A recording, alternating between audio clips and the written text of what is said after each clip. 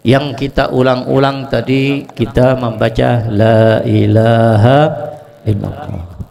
Mantapkan dalam hati kita. Ketika kita mengucapkan la ilaha illallah, hadirkan maknanya. Apa arti la ilaha illallah?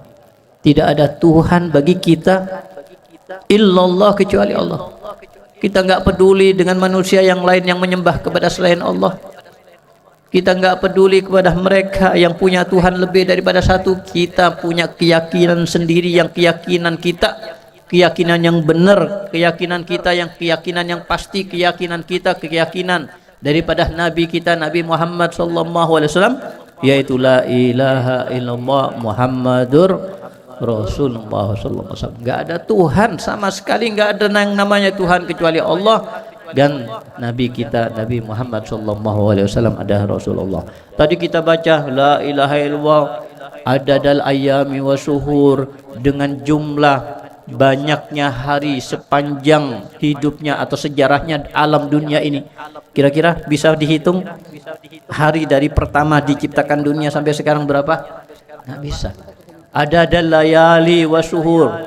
Kita membaca la ilaha illallah dengan kita meminta kepada Allah, ya Allah, ana membaca la ilaha illallah dengan niat sejumlah atau sebanyak jumlah malam dan jumlah bulan yang pernah ada, sebanyak jumlah tetesan daripada air hujan yang pernah diturunkan oleh Allah. Kira-kira sedikit apa banyak?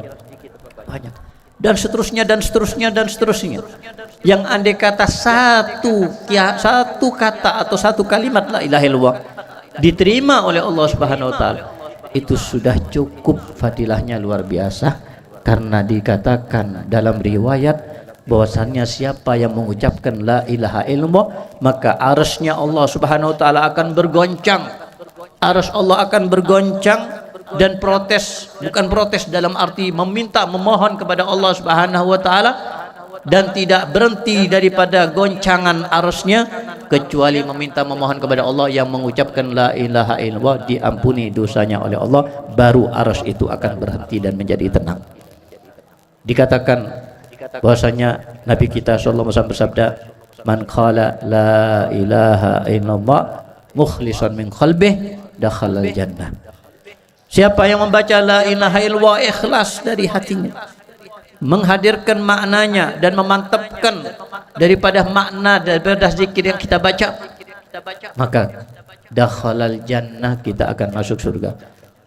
Kita akan masuk surga sebagaimana dalam riwayat yang lain dikatakan miftahul jannah la ilaha, kunci surga adalah la ilaha illallah. Kita mengucapkan la ilaha illallah satu kali, insyaallah kita masuk surganya Allah Subhanahu wa taala. Apalagi berulang kali, apalagi kita berkali-kali, bahkan kita mungkin bisa kita baca dengan jumlah yang kita lanjutkan setelah la ilaha illallah, kita dapatkan pahalanya begitu banyak tanpa terhitung. La ilaha illallah jadikan di dalam hati kita selalu bahwasanya itu adalah kalimat yang kita butuhkan saat kita sakaratul maut. Kita ingin saat sakaratul maut kita didampingi dengan la ilaha illallah. Lisan kita membaca la ilaha illallah. Di saat kita mati, di saat kita dikubur, diletakkan jasad kita di liang lahat kita, kita enggak ingin yang menemani kalimat kita, kalimat-kalimat yang lain, kata-kata yang lain, atau sesuatu yang lain. Yang kita harapkan untuk menemani kita adalah kalimat la ilaha illallah. Kita dibangkitkan dari alam kubur kita, yang kita harapkan yang menemani kita adalah la ilaha illallah.